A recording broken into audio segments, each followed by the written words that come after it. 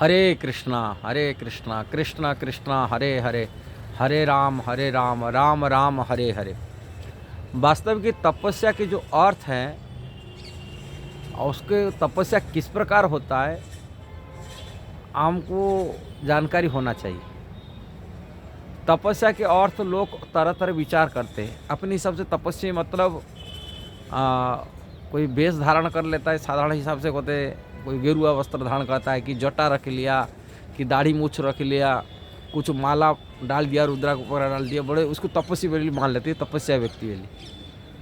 कोई नहीं तो एक टांग में खड़ा हो गया और उसको बोले एक टांग में खड़ा होता है, मतलब सिर को नीचे करके पैर को ऊपर करके शीर्षासन में कोई खड़ा हो गया, बोले ये बड़ा तपस्वी व्यक्ति कहते हैं।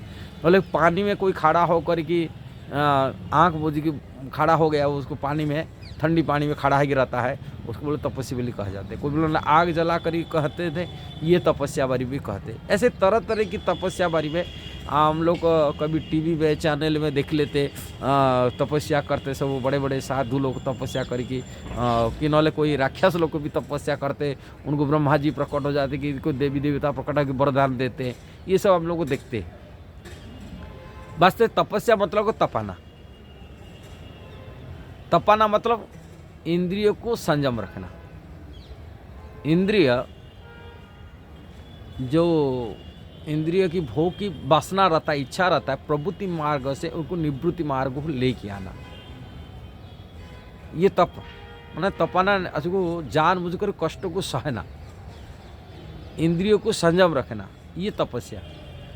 ये तो शाब्दिक अर्थ बता रहा हूँ, किंतु तपस्या बारी में भगवद गीता में भगवान तपस्या बारी में कई प्रकार बात बता के रखे।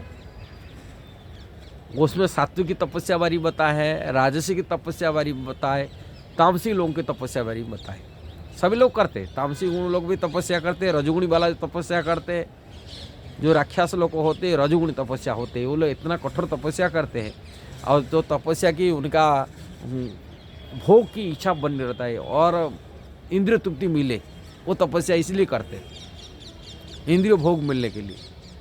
और बड़े इच्छा रख करके उन्होंने कठोर तपस्या करते। जैसे नेता हंगर स्ट्राइक करते, नेता लोग को हड़ताल करते, बड़ी तपस्या भी उठाते, ये सब रजोगुणी तपस्या जैसा होता है। ऐसे तमोगुणी तपस्या तो जो दूसरा को नुकसान पहुंचाता, अपना नुकसान कर रहा था, दूसरा को नुकसान करता, तपस्या कर रहा है और तप करी दूसरा को परेशानी कराता है। सत्व की तपस्या होता है, जो इंद्रिय भोग मिलता है, स्वर्ग आदि सुख मिलेगा, वो तपस्या भी होता है।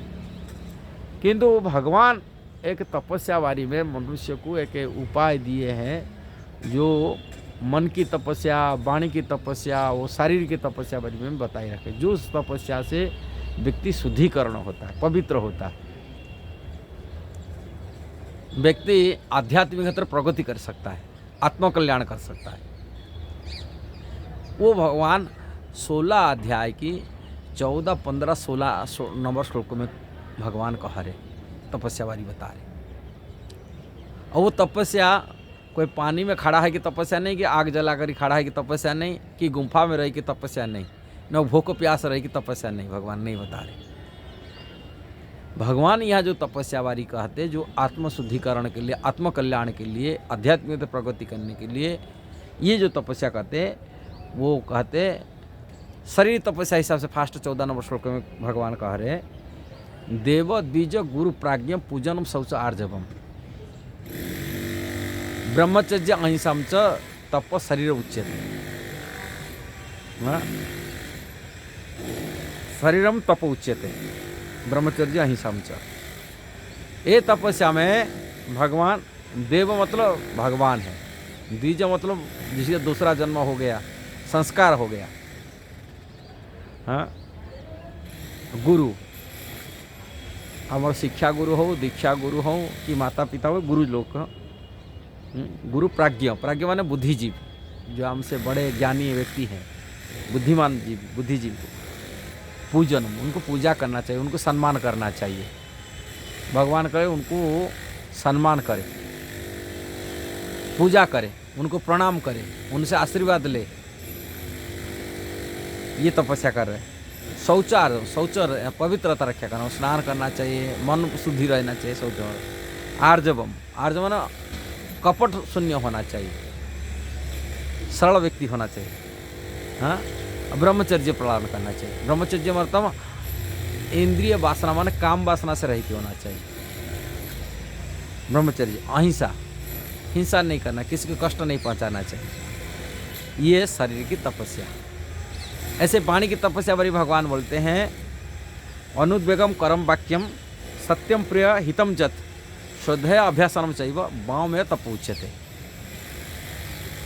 अनुद्वेगम, उद्वेग रहित वाणी वाला, जैसे वाणी बोलेंगे जिसको भय पैदा न हो जाए, ऐसा ही अनुद्वेगम का भगवान। और कैसा वाणी बोलना चाहिए? सत्य वाणी बोलना चाहिए, प्रिय वाणी बोला, मीठा वाणी बोलना चाहिए, हित, हितेश्री वाणी, जो वाणी बोले बेकार बात बकवास नहीं करना चाहिए, जिनकी वाणी जो बोले जिसका उपकार आए, हित वाणी बोलना। और सो अध्याय, नियमित शास्त्र अध्ययन करना चाहिए, भगवद गीता, भागवतम, रामायण, महाभारत आदि अध्ययन करना चाहिए। स्वाध्याय होना चाहिए। ये वाणी की तपस्या, इससे वाणी शुद्धिकरण होता है, पवित्र होता है। कठोर वाणी बोलता है, कर्कश वाणी बोलेगा, झूठ बोलेगा, हाँ, ऐसा ही उद्वेगपूर्ण वाणी बोलना है, इससे क्या होता है? लोगों को हानि पहुंचता है, दूसरा को दुख पहुंचाता है, कष्ट पहुंचता है। झूठ बोलने से कितना दिन झूठ बोल के रहेगा?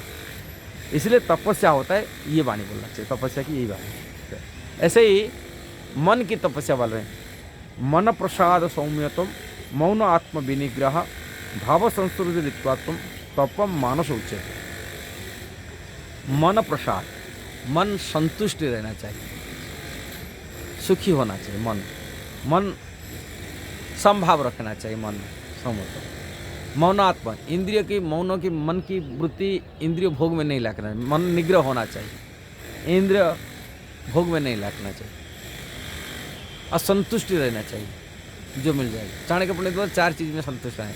धन संपत्ति में संतुष्ट होना चाहिए, जितना मिलता है उसमें सुखना, भोजन में संतुष्ट होना चाहिए, और मान सम्मान में संतुष्ट ही रहना चाहिए, जितना मान मिलता है उसमें संतुष्ट है, असंतुष्ट नहीं होना चाहिए। और पति पत्नी संतुष्ट ही रहना चाहिए, ये 4 चीज़ में संतुष्ट है। और इसी प्रकार भाव जो रहना चाहिए, दूसरा प्रति की उपकार भावना रहना चाहिए, कभी दूसरा का अहित भावना नहीं रहना चाहिए, दूसरा का कल्याण भावना रहना चाहिए। मनोवृत्ति उत्तम होना चाहिए, मन की जो वृत्ति है उसी ऊपर डिपेंड करता है आध्यात्मिक प्रगति। मन शुद्धिकरण होना चाहिए, अपवित्र रहना चाहिए, पवित्र रहना चाहिए। पवित्र होने से हम काम वासना ही हमको मन को अपवित्र कर लेता है, इसलिए काम वासना से हमेशा माने ये रहना चाहिए, कंट्रोल रहना चाहिए, संयमित होना चाहिए, मन को विषय भोग से रहित रहना चाहिए, ये मन की शुद्धि होता है। ये बात भगवान तपस्या बारे में बताते हैं, ये तीनों तपस्या, और ये तपस्या में आत्मकल्याण कर सकते हैं और आध्यात्मिक क्षेत्र में प्रगति कर सकते हैं। यदि ये वीडियो आपको सही लगा, जरूर इसको शेयर करना, सब्सक्राइब करना, लाइक कमेंट देना। हरे कृष्णा।